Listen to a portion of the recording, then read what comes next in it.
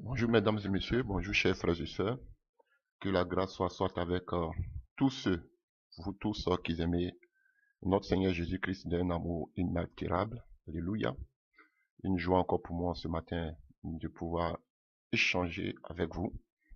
Et en ce jour, nous allons faire un peu, je ne dirais pas un cours, mais un rappel pour beaucoup de personnes, peut-être qui le savent déjà. Et comme on appelle, nous allons envoyer encore apporter notre, par la grâce de Dieu, euh, notre connaissance de ce que nous avons, hein, alléluia, selon les écrits et de l'histoire de l'Église, alléluia, mais je ne vais pas parler spécialement de l'histoire de l'Église, mais ce qui m'amène en ce matin vers vous, c'est de parler, alléluia, nous sommes si un thème qui sont les signes, les miracles et les prodiges qui ont accompagné tous les enfants de Dieu, à commencer par le Seigneur Jésus-Christ de Nazareth, les apôtres et après les apôtres, les autres frères. Alléluia. Donc, nous voulons continuer sur cette lancée parce que nous avons aussi parlé de cette théorie erronée de la cessation des miracles, disant que les miracles étaient seulement dédiés à une élite, alléluia, qui était seulement que les apôtres, et Jésus, à part eux, il n'a plus eu de miracles.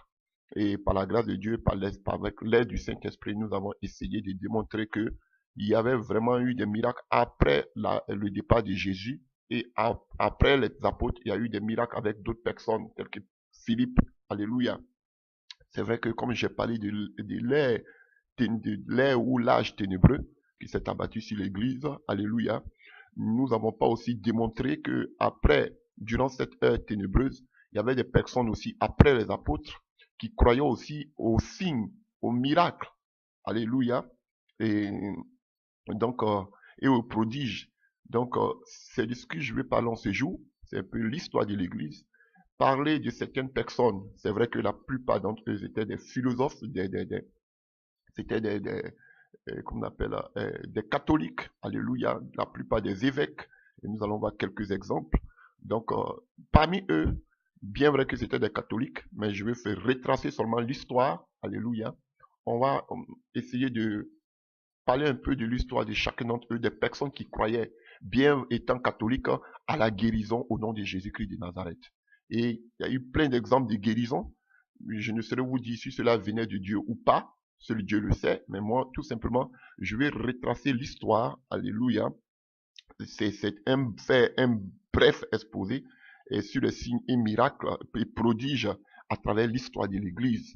Tout ce qui s'est passé après la mort de Jésus, après la mort des disciples, après la mort de tous ceux dont la Bible n'en parle pas, tels que la vie de Timothée, la vie d'Apollos, la vie de Tite. Alléluia. On ne sait pas qu'est-ce qu'ils sont devenus. Alléluia. Mais juste après pendant l'ère ténébreuse. Alléluia. Qui, qui, qui va de l'enfant après la mort de tous les apôtres jusqu'à l'enfant 50. Alléluia. Nous voulons parler de toutes ces personnes-là. Et on sait que après cela, l'Église était déjà apostate, voilà, infiltrée par des pratiques peu recommandables, des pratiques démoniaques, humaines, et voilà, donc qui sont entrés dans l'Église, voilà, l'organisation, alléluia, et de l'Église. Donc, et c'est de ce que nous voulons parler aujourd'hui. Voilà, donner quelques exemples, quelques aperçus des personnes, alléluia, et durant cet âge ténébreux, voilà, qui croyaient aussi à la puissance de Dieu, qui pouvaient aussi rendre des témoignages sur la guérison de certaines personnes, alléluia. La plupart des qu'on appelle, et après, pendant ce temps de l'âge ténébreux, la plupart étaient tous des philosophes, c'était des, il y avait qu'on appelle, il y avait d'autres qui faisaient l'exorcisme, il y avait, c'était la plupart des catholiques, des évêques, alléluia. Donc, je ne saurais vous dire si cela vient de Dieu ou pas. Ça, ce n'est pas mon problème aujourd'hui. Mon problème, c'est de vous relater que durant cette ère ténébreuse, il y a eu des gens aussi qui croyaient à la guérison, à la délivrance au nom de Jésus-Christ de Nazareth. Donc, c'est de ce que je vais parler en ce jour.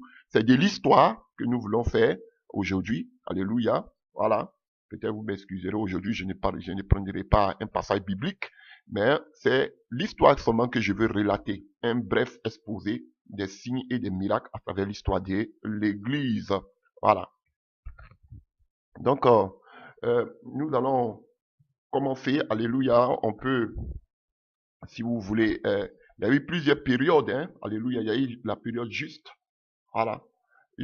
Juste la période, euh, juste la période de l'ère ténébreuse. Ça veut dire que toute cette période-là qui s'est passée après l'église, après qu'on appelle l'église des apôtres, après la mort des derniers disciples, les fidèles disciples de Jean, les Polycarpe, les fidèles disciples qu'on appelle de Paul, tels que les Timothée et consorts. Alléluia. Après les morts, on voit que l'église, il y a un silence, un rideau qui tombe sur l'église. Et jusqu'à là, on n'a pas de nouvelles. Et on voit que l'église va être apostate. Et quand on s'en sort au deuxième siècle, alléluia, on se rend compte de 100 à 165, on va voir qu'il y a eu beaucoup de personnes qui sont sorties là, mais la plupart c'était des philosophes, c'était des catholiques, alléluia. Voilà, donc je peux parler de il y a cette période-là, alléluia. Et après cette période, il y a eu aussi la période du Moyen Âge, là aussi où il y a des personnes aussi qui sont sorties, qui croyaient aussi à la puissance de Dieu, qui croyaient, même si la plupart étaient des catholiques, alléluia, je n'étais pas là-bas, je ne peux pas le prouver, voilà, je ne fais que dire ce que d'autres personnes ont écrit, alléluia, et on va passer après à la réforme, les réformateurs, alléluia, qui croyaient tel que Luther aussi, tel que Calvin, d'autres qui croyaient aussi, qui ne croyaient pas à la cessation de qu'on appelle erronée des miracles, alléluia, que les miracles étaient finis. Nous allons aller aussi parler, et nous allons parler aussi de la période à partir du 18e siècle jusqu'à notre siècle, le 21e siècle, des personnes aussi qui ont cru à la puissance de Dieu. Nous allons parler aussi, vous allez voir que lorsque nous allons parler de cela, vous allez voir qu'il y avait des réveils déjà qui s'étaient déjà produits avant nous. Alléluia, nous ne sommes pas les premiers à parler du réveil. Il y a des gens déjà qui avaient parlé du réveil avant nous. Donc, c'est de l'information, alléluia, c'est de la connaissance qui vous fera aussi beaucoup de bien parce que ce sont des périodes obscures dont personne n'en parle et du coup, beaucoup de questions se passent, beaucoup de chrétiens se posent des questions, mais qu'est-ce qui s'est passé qu'est-ce qui s'est passé, oui, dans l'Antiquité, qu'est-ce qui s'est vraiment passé avec l'évangile? Et Dieu merci, Dieu permet que on puisse avoir un peu d'informations. Voilà, et ce sont ces informations que nous voulons vous partager. Donc, que Dieu vous bénisse. Voilà. Et chers frères et sœurs, la première personne de qui je veux parler en ce matin, alléluia, il s'agit de Justin le Martyr, l'an 600 avant Jésus-Christ. Si vous voulez, pour ceux qui ne comprennent pas, alléluia, alléluia, c'était au 2e siècle, alléluia, voilà, si vous voulez, on peut dire après Jésus-Christ, voilà, les gens notent ça comme ça, voilà, de 100 à 600, voilà. Donc, c'est au 2e siècle, on parle de Justin le Martyr, voilà. Donc, l'époque, si vous voulez qu'on parle de cette époque-là, si vous voulez de cette ère-là, qui va de 100 à 600 avant Jésus-Christ, voilà. Mais on a Justin le Martyr qui vient juste vers 100 et 165, alléluia, qui est le 2e siècle. Donc, on sait que Justin le Martyr, aussi on l'appelle Justin de Naplouse, alléluia, voilà. Donc, on sait que qu'on appelle, il est mort à Rome vers 165. Il était le premier chrétien philosophe. Excusez-moi de le dire. Le premier philosophe chrétien parce que la plupart d'entre eux étaient tous des catholiques. Les premiers chrétiens philosophes. Il était aussi le premier martyr. On appelle Justin le martyr ou bien Justin de Naplouse. Et pour Naplouse, c'est l'actuelle Cisjordanie au 10e siècle. Donc, on sait que c'est quelqu'un qui était un apologète et qu'on appelle un philosophe chrétien. Voilà. Donc, on sait qu'il était condamné à mort pour avoir refusé de participer au culte d'idoles. Alléluia. Il voulait pas adorer les idoles, les statues et consorts. Donc, il était tué, mis à mort. Alléluia. Voilà. Donc, qu'est-ce que je peux dire encore de lui? Il était exécuté par décapitation. Il était décapité vers l'an 165. Et c'est tout cela avec les Vespasiens. Voilà. Donc, c'est ce que je peux dire qu'on appelle. Il croyait beaucoup à la puissance de Dieu. C'est quelqu'un qui croyait, voilà, qui croyait et qu'on appelle à la délivrance au nom de Jésus-Christ de Nazareth. Alléluia. Il croyait même que Jésus, quand j'ai lu certaines choses, il croyait même que, qu'on appelle, Jésus était aussi Dieu. Il était tué. Alléluia. Justin le Martyr, le premier chrétien philosophe, c'est Justin le Martyr au IIe siècle. Alléluia. Il combattait pour la véritable foi. Alléluia. Voilà. Il était vraiment pour la foi. Il enseignait l'amour des ennemis, la patience. Il enseignait la chasteté, le respect de la vérité, du courage face à la mort. Alléluia. Donc, son évangile ne plaisait pas. Ne plaisait pas. Alléluia. Et qu'est-ce que nous savons?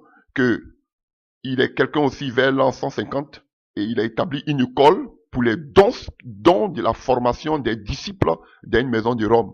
Il s'est rendu à Rome où il avait créé une école. Oui, c'est vrai que c'est à base philosophique. Alléluia. Et là, il enseignait sur les dons spirituels.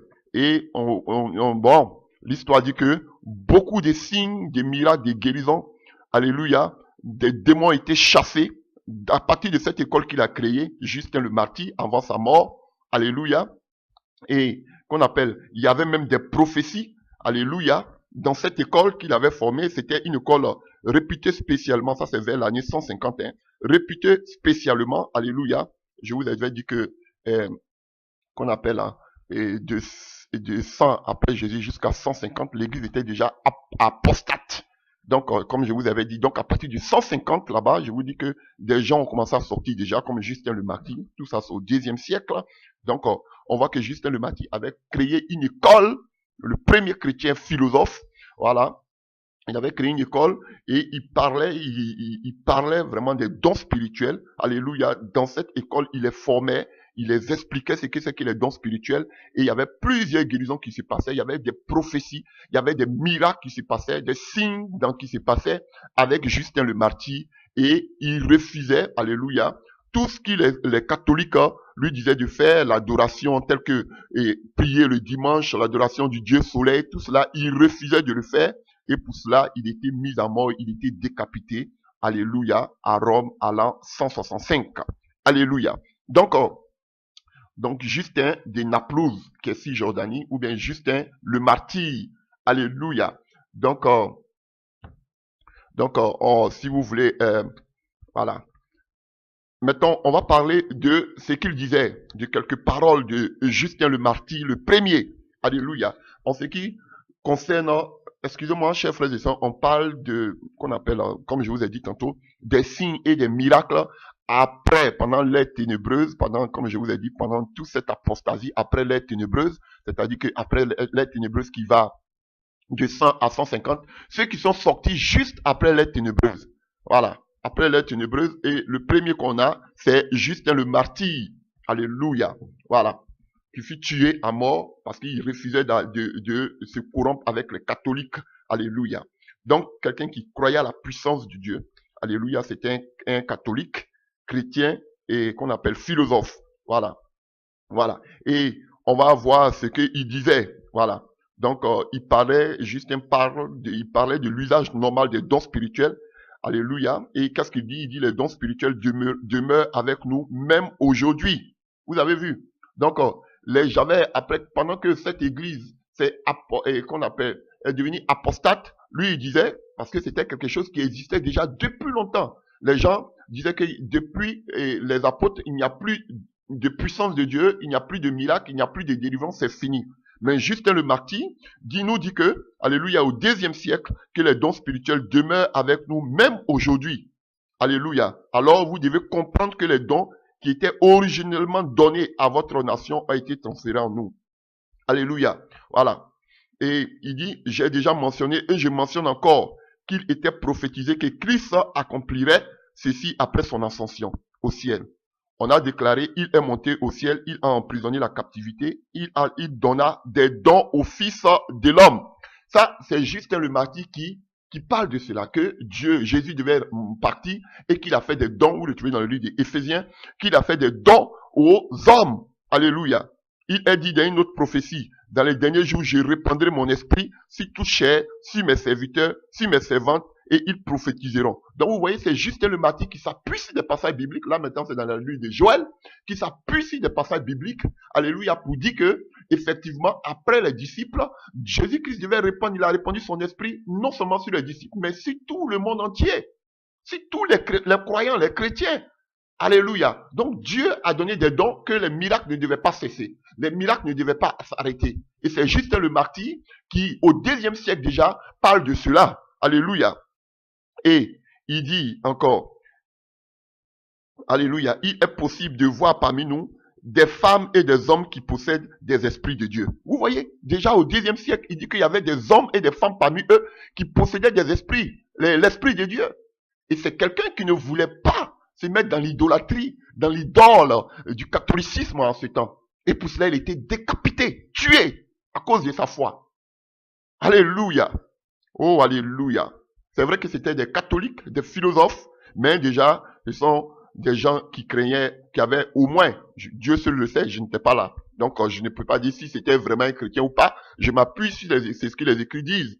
Alléluia. Donc, on voit que vers l'année 150, Justin le martyr, ou bien Justin de Naplouse, établit une école pour les dons de la formation, alléluia, des disciples d'une maison de Rome. Et on nous dit qu'il prouve certains signes et miracles, tels que les guérisons, les prophéties et des démons qui étaient chassés. Alléluia. Vous voyez? Donc dans cette école qu'il a formée, il y avait des miracles, il y avait des délivrances. Et des démons étaient chassés. Comment ils chassaient, je ne sais pas. Et il dit quoi? Les premiers apôtres du nombre de 12, accompagnés de la puissance de Dieu, allaient et proclamaient Christ à toutes les races. Il n'y a pas une seule race humaine, soit barbare, soit grecque, que ces hommes soient appelés des nombres, des nomades, des vagabonds, des bergers, vivant dans des temples, au sein desquels des prières et des sacrifices n'ont pas été offerts au nom de Jésus-Christ qui fut crucifié. Alléluia. Donc c'est ce qu'il dit. Que l'esprit que Dieu a donné, ce n'est pas pour une race seulement, c'est pour toutes les races qui croient en lui, en Jésus-Christ. Alléluia. Et on sait que Justin le martyr mourut à Rome comme martyr. Bon, souvent Justin mourut à Rome comme un martyr. On l'a décapité. Les catholiques l'ont décapité en l'an 165. Alléluia. À cause de sa foi, à cause des dons spirituels qu'il prenait. Alléluia. Donc, il voulait pas aussi, alléluia, et se corrompre en adorant les idoles. Pour cela, il était mis à mort. Donc, voici l'exemple du premier chrétien, alléluia, philosophe que nous avons, alléluia, après les qu'on appelle ténébreuses, qu'on appelle Justin de Naplouse, ou bien Justin le martyr. Alléluia. Alléluia. Nous voulons parler maintenant d'un deuxième personnage que peut-être beaucoup d'entre vous aussi ont entendu parler. Alléluia. Il s'agit d'Irénée, l'évêque de Lyon. Alléluia. Irénée, l'évêque de Lyon. On sait que c'est quelqu'un qui est né à Smyrne, alléluia, dans l'Asie mineure, qui aujourd'hui, comme on appelle, vers 120 ou 130, ses parents étaient grecs et chrétiens. Voilà, donc, Smyrne, si vous voulez, on trouve ça dans l'Apocalypse, dans cette église. Alléluia, c'est dans la Turquie actuelle. Voilà. Donc, cet homme Polycarpe, alléluia, on voit qu'il était évêque de Lyon au 2e siècle, alléluia, entre 177 et 202. C'est un père de l'église catholique et le premier occidental à réaliser une œuvre théologique. Alléluia. C'est quelqu'un qui combattait, alléluia, et qu'on appelle farouchement ces sectes pseudo-gnostiques, le dualisme, alléluia, qui proférait beaucoup de catholiques en son temps. Voilà. Voilà, j'ai parlé un peu de la gnose, alléluia, des gens qui prenaient que le corps dans lequel ils était qu'on appelle, était une matière faible, il fallait plus développer l'esprit. Donc c'était une secte, vous voyez, qui poussait les gens, vous voyez, à ce qu'on appelle aujourd'hui, que vous appelez sortie du corps ou bien le voyage astral. Voilà, c'était une secte. Donc quelqu'un qui a beaucoup combattu cela. Alléluia. Voilà. Donc il était, et d'après aussi l'histoire, alléluia, Irénée de Smyrne, alléluia, on sait qui disait que il témoignait avoir connu Polycarpe. Vous voyez, Polycarpe, c'était le disciple de Jean. Voilà. Et on sait que Polycarpe aussi, il est mort à Smyrne, dans la même ville que lui. Donc, il avait connu Polycarpe. Voilà. C'est ce qu'on appelle, l'histoire nous dit. Et ce même Irénée, il avait été lui-même, il avait reçu le Saint-Esprit par l'imposition des mains de Polycarpe. Vous comprenez? Irénée, qui était lui-même de Smyrne. On sait que aussi Polycarpe était de Smyrne, puisqu'il est mort là-bas. Et selon l'histoire, on sait que Pierre, et qu'on appelle Jean, le dernier apôtre à qui Jésus a révélé, a donné l'Apocalypse, il est mort à Éphèse. Et tout ça, c'est en Turquie. Alléluia. Donc vous voyez, et Polycarpe venait de Smyrne, et c'est à Smyrne qu'il est mort. Et Irénée aussi venait de Smyrne. Et Polycarpe était le disciple qu'on appelle, je vous ai parlé de Polycarpe. Polycarpe était le disciple de Jean, le dernier apôtre qui a reçu l'Apocalypse. Et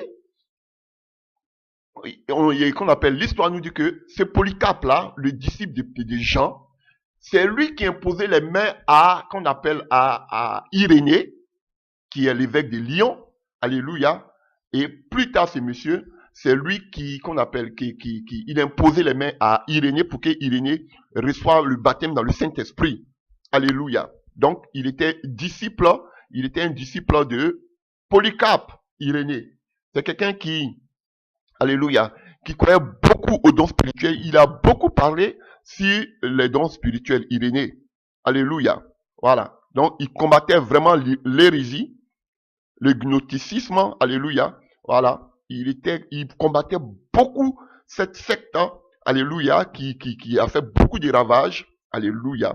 Donc, on sait que il était quelqu'un aussi, vous voyez, qui a beaucoup combattu pour la date de Pâques, alléluia, parce que pour les Juifs, la Pâques s'était fêtée, célébrée le 14e du Nissan, alléluia, Nissan mi-mars, mi-avril, et ce pape qui était là, c'est qu'on appelle ce pape qui était là en ce moment, et il a combattu pour amener, il voulait changer la date qu'on appelle de la Pâque. Vous avez vu que je vous ai dit que la Pâque est diabolique, et j'ai dit, excusez-moi, mais je vais dire que ce n'est pas la Pâque que les Juifs fêtent. Voilà. Voilà, si vous voulez, elle est diabolique. Donc, c'est en son temps que la date de la Pâque, et ça crée un tollé, alléluia, avec les évêques qu'on appelle de l'Asie mineure. Ils étaient même excommuniés, les évêques de l'Asie, parce qu'ils se sont opposés à l'évêque de Rome. Alléluia.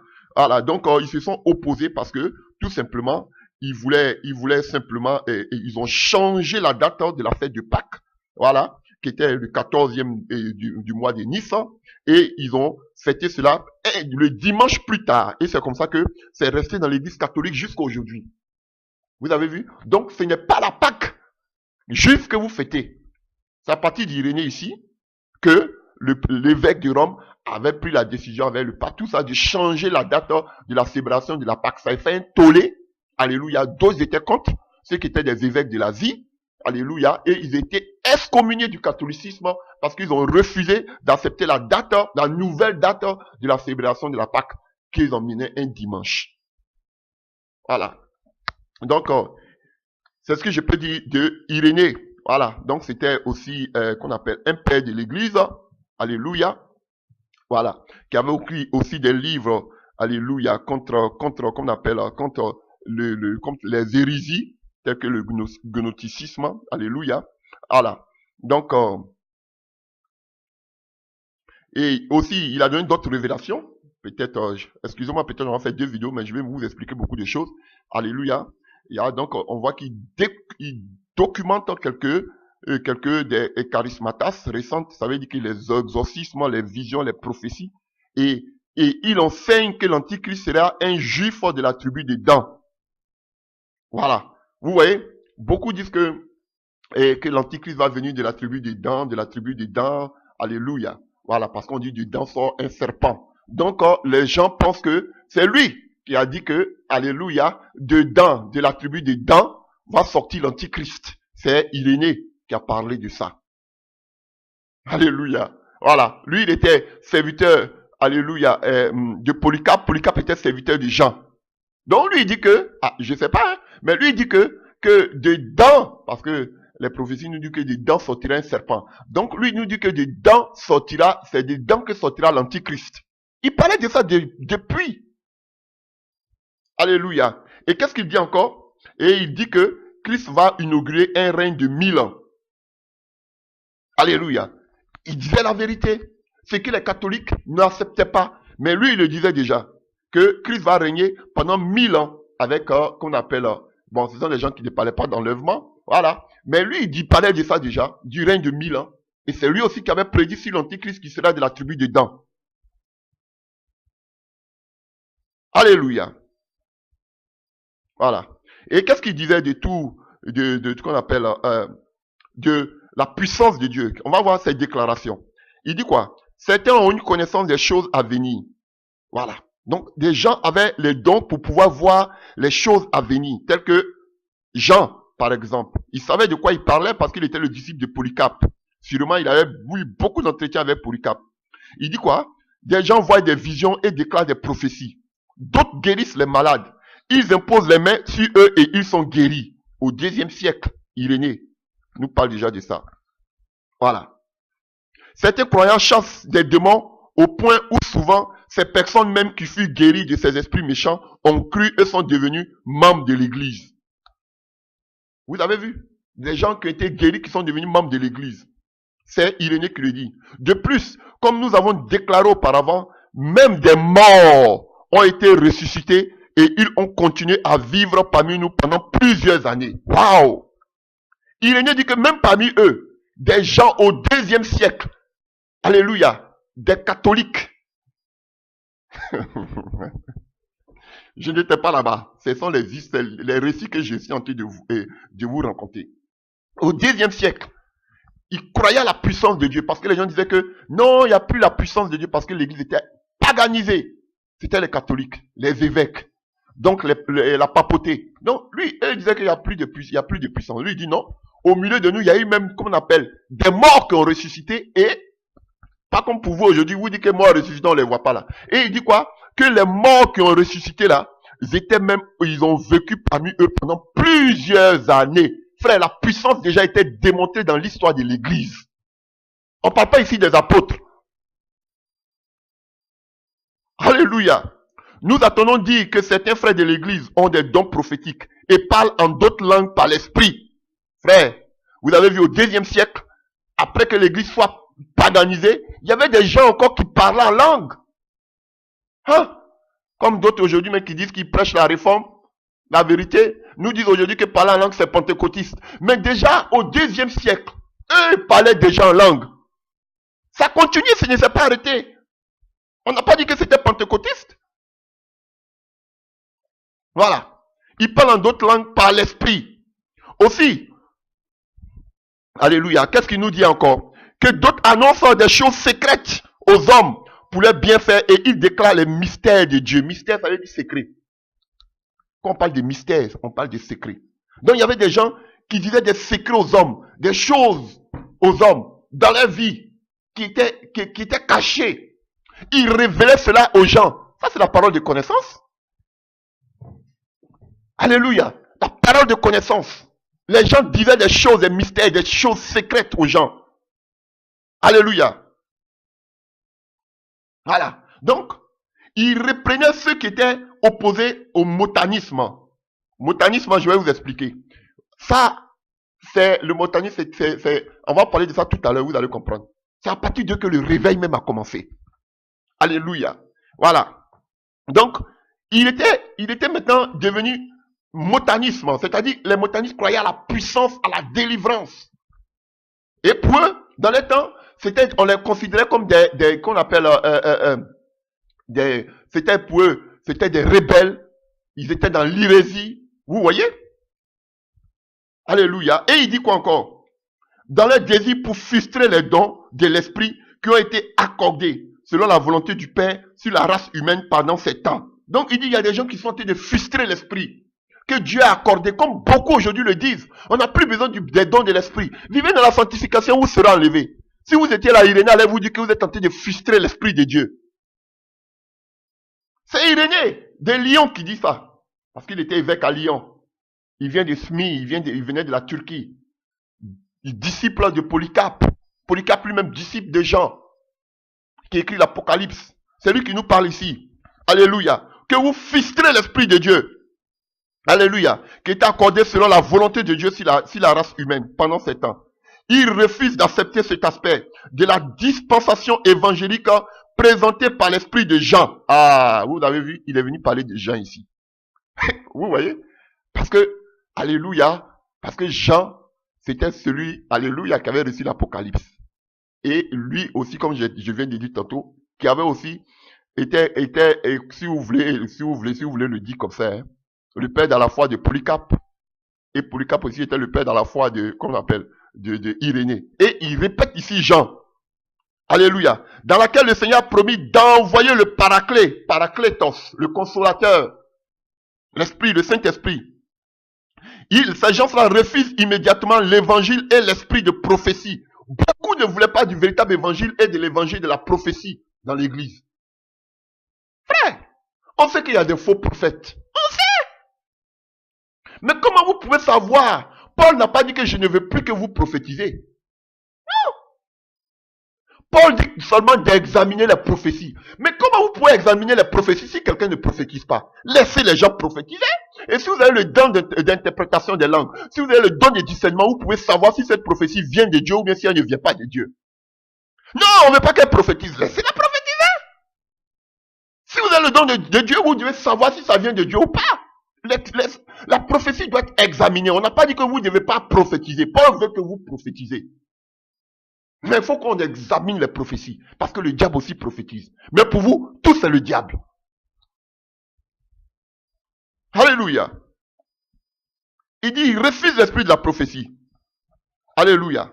Quels hommes méprisables. Ils désirent devenir des pseudo-prophètes, mais ils rejettent les dons de prophétie au sein de l'église. Waouh! Vous voyez comment il s'est levé contre le système catholique? C'était un évêque, hein? Il voulait la puissance de Dieu. Il voulait la puissance. Il vient de Polycarpe. Il voulait la puissance de Dieu. Il voulait les prophéties dans l'église. Il dit, vous voulez des prophètes, mais vous refusez l'esprit de prophétie. Vous refusez l'Esprit Saint. L'église avait rejeté la puissance de Dieu. Et il va encore plus loin pour dire, car dans son épître aux Corinthiens, Paul parle directement des dons prophétiques et il mentionne qu'il y avait au sein de l'église des hommes et des femmes qui prophétisaient. Donc ces hommes pêchent par leurs actions contre l'Esprit de Dieu et succombent ainsi au péché qui ne peut être pardonné.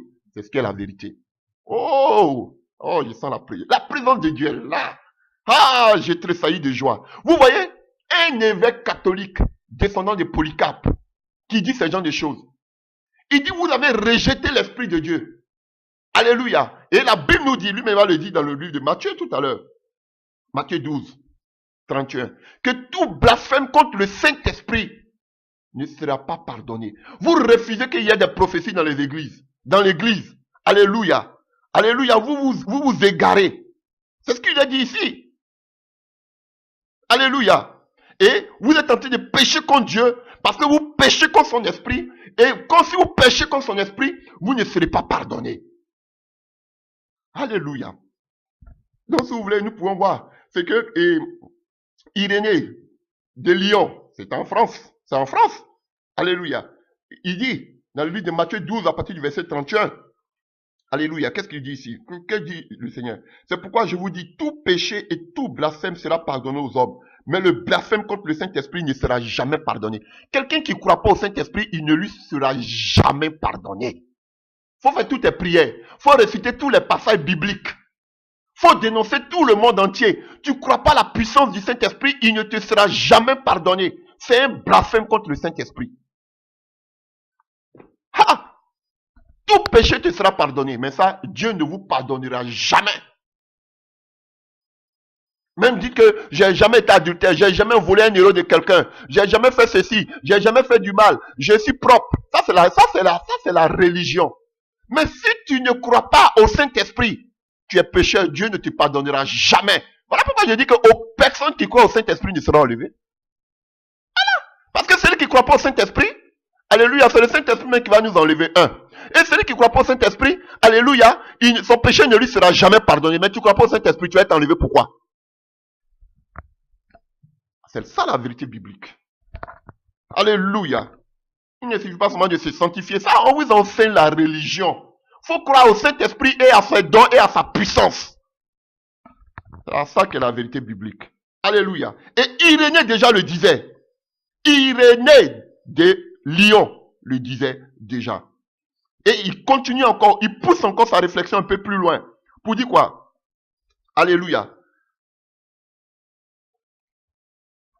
Il dit quoi? Il implique que la venue de l'Esprit prophétisé dans Jean 14 et 15, parce que Jésus disait que je vais vous envoyer le consolateur en Jean 14 et aussi en Jean 15. Alléluia. N'est pas seulement la promesse d'une expérience très personnelle, silencieuse. Oh, cette partie me plaît quand j'écoute ça. Oh, alléluia. C'était l'apôtre, c'était l'évêque de Lyon. Alléluia, qui parle comme ça. Il dit que la venue du Saint-Esprit, alléluia, prophétisée dans Jean 14 et 15, n'est pas seulement la promesse d'une expérience très personnelle, silencieuse et individuelle, alléluia, qui est très profonde dans le cœur de l'individu. Oh, alléluia, comme beaucoup le disent, le Saint-Esprit c'est dans le cœur, c'est dans le cœur, alléluia, tout se passe dans le cœur. Il dit, quand tu as reçu le Saint-Esprit là, comme beaucoup le disent, ce n'est pas seulement, oh, alléluia, ce n'est pas seulement une expérience personnelle du cœur. C'est pas ça le Saint-Esprit, c'est lui qui le dit, Irénée. Une expérience très personnelle, c'est silencieux. Oh, alléluia, c'est individuel, c'est très profond dans le cœur. C'est-à-dire que tout se passe dans le cœur. Dieu te parle dans le cœur. Alléluia, tu n'as pas besoin de faire de bruit. Tout est simple, tout est calme, tout est tranquille. Alléluia, tu dois avoir, tout, tu vois, le Saint-Esprit, c'est dans le cœur, quoi. Vous n'avez pas besoin de faire du bruit. Il vous dit, un catholique, qui vous dit que tout ce que vous êtes en train de dire, c'est de la bouillabaisse, c'est du n'importe quoi. Que recevoir le Saint-Esprit, ce n'est pas quelque chose seulement qui doit être silencieux en toi. Tout se passe dans le cœur. J'ai l'Esprit de Dieu dans le cœur, ça me suffit. Sorcellerie. Voici ce qu'il dit. Alléluia. Recevoir l'Esprit de Dieu, alléluia, comme Jean 14 et Jean 15 nous le dit, ce n'est pas seulement une expérience qui doit être personnelle, silencieuse et individuelle, qui est très profonde dans le cœur de l'individu. Mais il dit quoi plutôt? Il y suggère qu'il y a quelque chose de visible. Oh, alléluia. Recevoir le Saint-Esprit, ce n'est pas seulement invisible dans nos cœurs. C'est ce qu'Irénée dit. Mais il dit, quand tu as l'Esprit de Dieu aussi, ça doit être visible. Oh, à ce qui est trait à la venue de l'Esprit, une chose puissante, une chose évidente. Ceci est très bien appuyé dans le livre des Actes des Apôtres. Alléluia. Un prêtre, un évêque, qui dit ce genre de choses. Que recevoir le Saint-Esprit, ce n'est pas seulement à l'intérieur, ce n'est pas seulement dedans, mais on doit avoir aussi l'aspect visible. Et qu'on appelle visible, on doit avoir ce qu'on appelle, ce n'est pas invisible, mais il doit avoir un aspect visible aussi. Alléluia, à l'extérieur. Et il dit que, si vous voulez voir l'aspect visible, regardez les Actes des Apôtres. Irénée qui dit cela au 2e siècle. Regardez le livre des Actes des Apôtres pour voir tout ce que Dieu manifestait par les disciples, la puissance, les prodiges. Recevoir le Saint-Esprit, c'est pas seulement intérieur, mais il doit avoir aussi l'extérieur, les signes qui vous accompagnent, les miracles, la délivrance. Voici ce que disait Irénée de Lyon. Alléluia. Qu'est-ce que vous voulez nous enseigner? Vous enseignez la mort spirituelle aux gens. Non, restez tranquille. L'Esprit de Dieu en vous. Tout le monde a l'onction dans le cœur. Oui, mais cette onction-là doit être démontrée. Et ça, je vous dis, tout le monde a l'onction. Ok, je suis d'accord. Mais cette onction doit être démontrée par les signes, les miracles, les délivrances, les guérisons. Voici Irénée qui dit qu'il y avait des morts, qui sont des gens qui sont morts, ressuscités, qui vivaient au milieu d'eux. Voici les signes visibles, ce n'est pas seulement intérieur. Vous avez la sanctification, vivez dans la sanctification. Vous avez l'Esprit de Dieu en vous. Oui, vous voulez parler de la parole, c'est beau. Vous avez l'onction de Dieu en vous. Mais cette onction-là doit être démontrée. Arrêtez d'enseigner la théologie. Arrêtez d'enseigner qu'on appelle la religion aux gens. Restez tranquillement à la maison. Vous avez l'Esprit de Dieu en vous. Vous avez l'onction. Mais ils ont l'onction et puis ils ne font rien avec cette onction. Non, ça doit rester seulement en vous. C'est ça, Irénée dit que ce n'est pas une expérience personnelle du cœur, qu'on a l'Esprit dans le cœur. Mais il y a une démonstration visible qu'on voit. Comme dans le livre des Actes des Apôtres. Alléluia. Oh! Un descendant de Polycarpe. Irénée de Smyrne. Oh, alléluia. Oh, alléluia. Alléluia. Et Irénée se sert de 1 Corinthiens pour déclarer que l'expérience de l'Esprit, surtout la prophétie, doit être une partie fondamentale de l'église, de la vie de l'église. Oh, Il dit, Irénée, un prêtre, il dit, une église où il n'y a pas de prophétie, il n'y a pas l'Esprit de Dieu. Ah, c'est ce qu'il a dit. C'est la vérité. Il dit, l'église doit avoir une expérience avec le Saint-Esprit, par la prophétie. Et la prophétie doit être une partie fondamentale de la vie de l'église. C'est ce qu'Irénée disait, le disciple de Polycarpe. Alléluia. L'Esprit de Dieu doit se mouvoir dans l'église. S'il n'y a pas l'Esprit de Dieu, c'est que l'église est morte. S'il n'y a pas de prophétie, c'est que l'église est morte. On vous dit non, vous avez seulement la parole, sanctifiez-vous, l'enlèvement arrive, nous allons partir. Alléluia. Et il dit quoi? Le premier livre de Corinthiens est reconnu comme une autorité et les écrits de Paul sont acceptés à la lettre. Alléluia. Il n'a pas essayé d'expliquer une autre interprétation quelconque de la Bible, mais c'est la partie là, les dons spirituels. Alléluia. Ça, et alléluia. Et comme je le disais tout à l'heure, et on voit que pour finir, il tient un rapport avec le rejet du ministère surnaturel, du Saint-Esprit et le péché impardonnable. Donc, on parle dans Matthieu 12, verset 31. Alléluia. Et il dit qu'il est entièrement en accord avec l'enseignement de Jésus-Christ sur le sujet. Alléluia. Tout comme les montanistes. On va parler des montanistes ici tout à l'heure. Alléluia. Et on voit qu'il a été accusé d'accomplir des miracles par un autre esprit. On traitait Irénée, par qui Dieu faisait beaucoup de miracles. On disait que c'était par un mauvais esprit qui chassait les démons, qui faisait des miracles. Irénée de Lyon. On l'accusait, les catholiques l'accusaient, on disait qu'il était possédé, que c'était par les esprits mauvais qui faisaient des délivrances, qui faisaient des miracles, qui faisaient des guérisons. Irénée de Lyon. Alléluia. Et il y avait une écho populaire, alléluia, qu'on appelle, qui s'était élevé contre lui, et tous savaient qu'il priait, alléluia, parce que quand il priait, il y avait des parlants en langue, et on disait que le fait de parler en langue était du diable. Vous voyez, c'était depuis Irénée. On l'accusait non seulement qu'il chassait des démons, comme on a dit à Jésus par Belzébuth, on l'accusait qu'il chassait les démons, alléluia, avec un esprit, avec un autre esprit, il faisait des miracles du moins, il faisait des miracles de guérison, des délivrances, avec un autre esprit que c'était pas l'esprit de Dieu. C'est ce que les catholiques lui disaient. Alléluia. Et deuxième des choses, on lui disait que le parlant en langue qui était au milieu d'eux, c'était du diable. Ah, mais plus qu'aujourd'hui, même ceux qui se disent chrétiens, qui disent qu'ils prêchent la sainteté, la vérité, le retour de Jésus, vous dites qu'ils parlent en langue, c'est pentecôtiste. Eux, ils voient le pot, ils ne veulent pas dire que c'est du diable. Sinon, on va dire, mais toi aussi, qu'est-ce que tu dis? Donc, maintenant, ils disent que c'est pentecôtiste. C'est les mêmes là. Bande de rusés. Bande d'aventuriers. Alléluia. Vous voyez? Donc, voici un homme. Voici un homme, vraiment, frère, quand je parle, je suis dans la joie. Je suis dans la joie. Alléluia. Que des hommes croyaient déjà la puissance de Dieu. Alléluia. Donc, on vient de parler de Irénée de Smyrne, évêque de Lyon. Alléluia. Qui était lui-même, qui avait été imposé les mains, alléluia. Les mains lui avaient été imposées, du moins, pardon, par Polycarpe, alléluia, de Smyrne aussi, alléluia, qui était aussi un des fils de l'apôtre Jean, qui écrit l'Apocalypse. Alléluia. Alléluia. Frère, nous continuons. Alléluia. Et permettez-moi, peut-être je ferai 2 à 3 vidéos parce que c'est vraiment enrichissant ce que je suis en train de vous dire. C'est l'histoire de l'église. Mais on est plus centré sur la puissance des gens qui ont cru à la puissance de Dieu, qui ont cru à qui ont démontré la puissance de Dieu.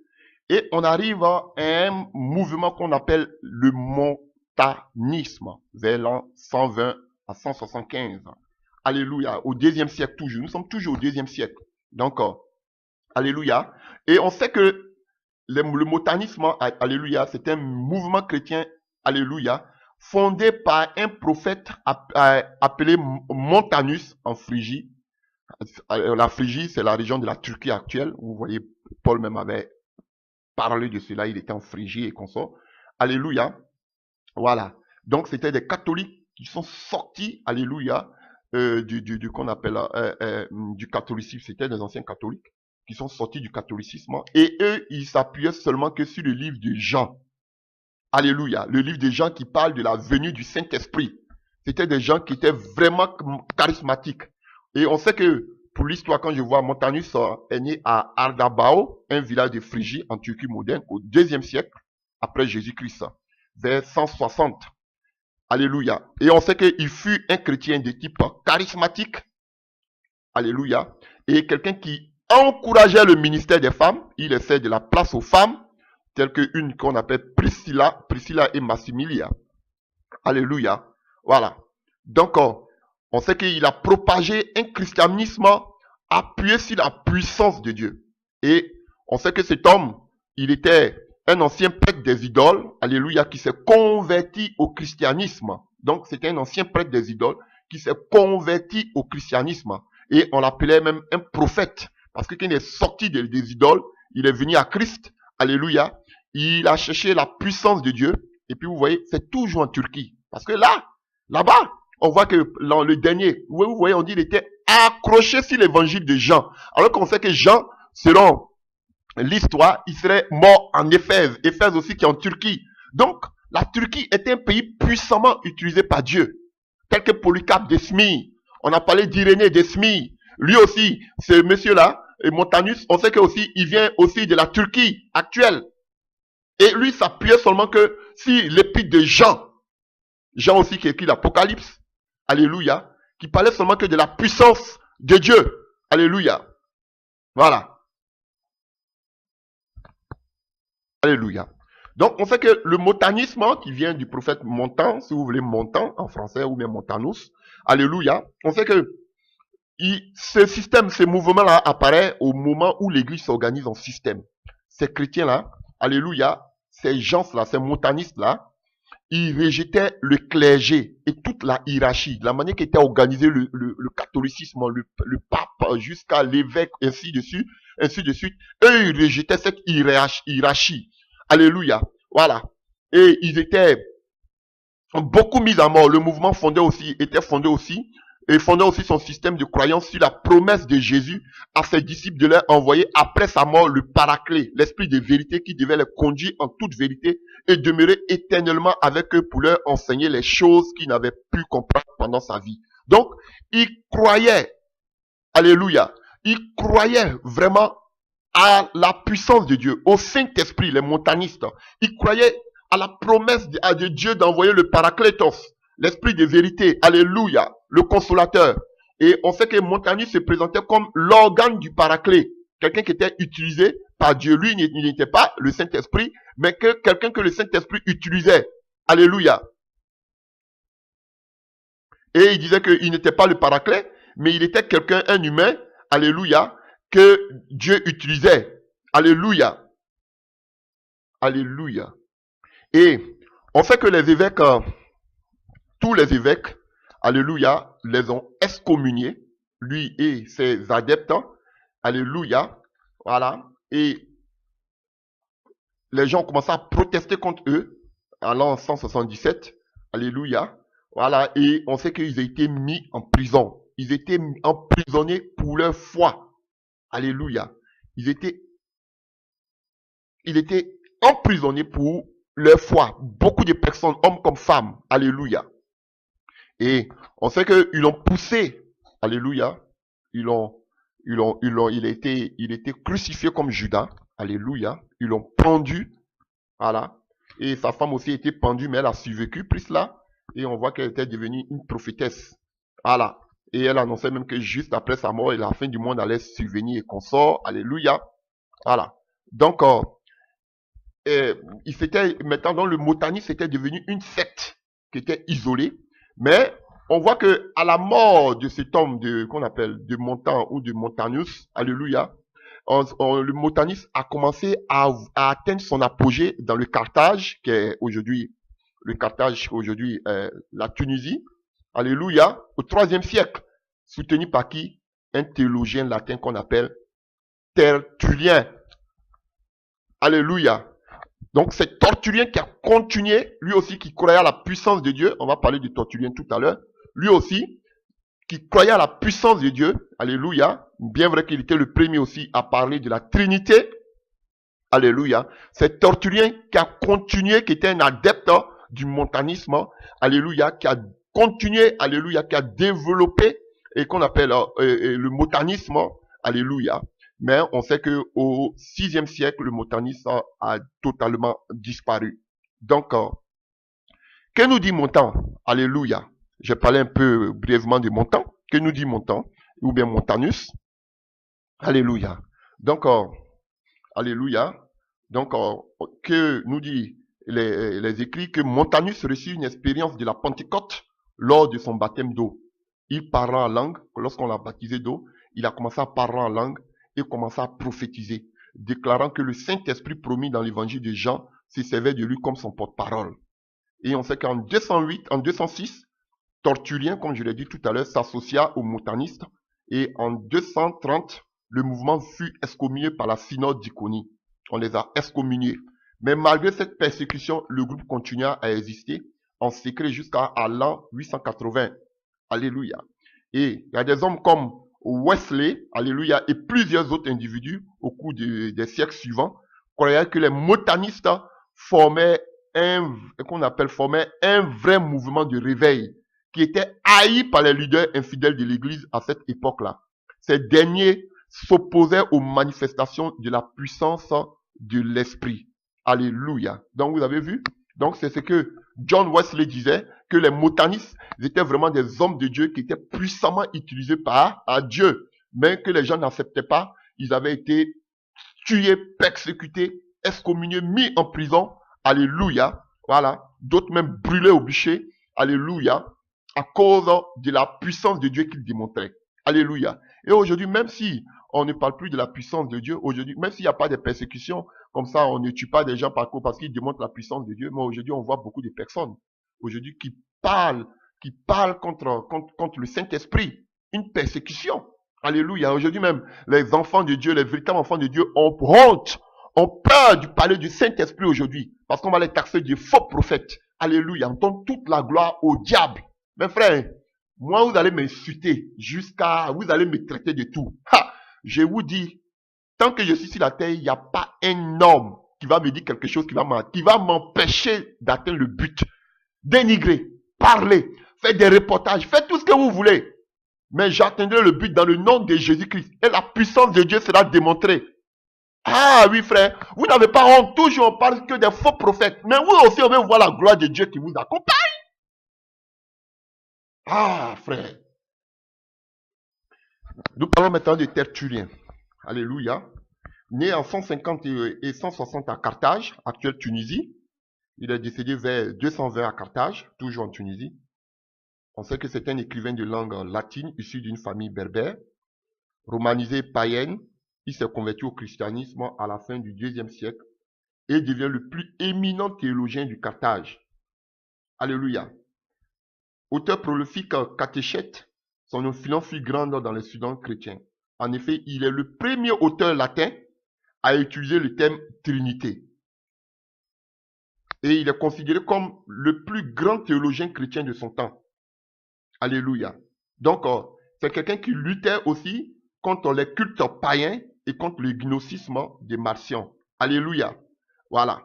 Donc, c'était les œuvres occultes, le gnosticisme des Marciens. Voilà. Voilà. Donc, c'est quelqu'un qui, alléluia, qui luttait beaucoup contre les cultes païens et contre les œuvres occultes. Alléluia. Il est le premier à parler du mot Trinité, la triade. Voilà. Dieu en trois parties, Dieu le Père, Dieu le Fils, Dieu le Saint-Esprit. C'est lui, Tertullien, qui était le premier qui a parlé de cela. Et on sait que, alléluia, il est devenu chrétien et s'est ensuite joint au groupe des montanistes vers l'an 206. Alléluia. Voilà. Donc, comme je vous l'ai dit tout à l'heure, et on sait que c'est quelqu'un aussi qui donnait, puisqu'il était des montagnais, alléluia, il croyait aussi à la puissance de Dieu, bien étant trinitaire. Bon, il était aveuglé. Alléluia. Il donne ce récit concernant la guérison et la délivrance de possession démoniaque. Alléluia. Voilà, on va voir ce qu'il disait en ce qui concerne la délivrance. Alléluia. Voilà. Donc, on sait qu'aussi par ses mains, il y a eu des miracles qui se sont, voilà, d'après lui-même. Alléluia. Et donc, on voit que, alléluia, pendant que ils étaient dans un tribunal, il y avait le secrétaire de ce tribunal qui fut jeté à terre par un mauvais esprit. Alléluia, devant tout le monde.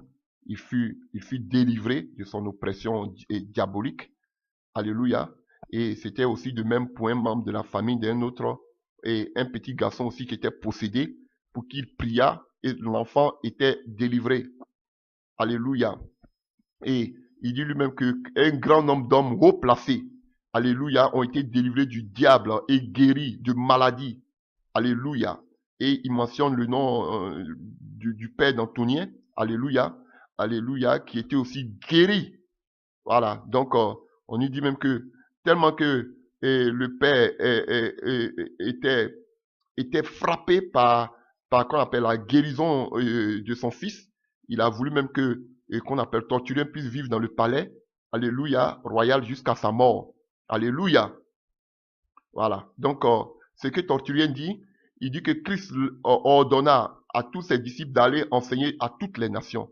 Les apôtres ont obéi immédiatement. Donc, et ils sont morts au prix de l'évangile. Donc, le sang de ces martyrs-là, le sang qu'on appelle de tous ces disciples-là, est une sémence. Alléluia. Donc, aujourd'hui, si les apôtres sont morts aujourd'hui au prix, s'ils sont morts, ils ont annoncé l'évangile au prix de leur sang, c'est une sémence. Alléluia. Parce que grâce à la mort de ses disciples, eux aujourd'hui, ils ont reçu cette parole et cette puissance. Donc pour lui, il n'y avait aucune nation, alléluia, aucune nation qui ne soit pas chrétienne. Voilà, c'est ce que disait Tortulien. Voilà. Donc, alléluia. Donc on sait qu'il est devenu aussi, il faisait partie aussi du montanisme. Alléluia, il est devenu quelqu'un aussi qui croit à la puissance de Dieu. Et aussi, Dieu avait fait des miracles aussi par son canal. Alléluia. C'est ce que je peux dire de Tertullien.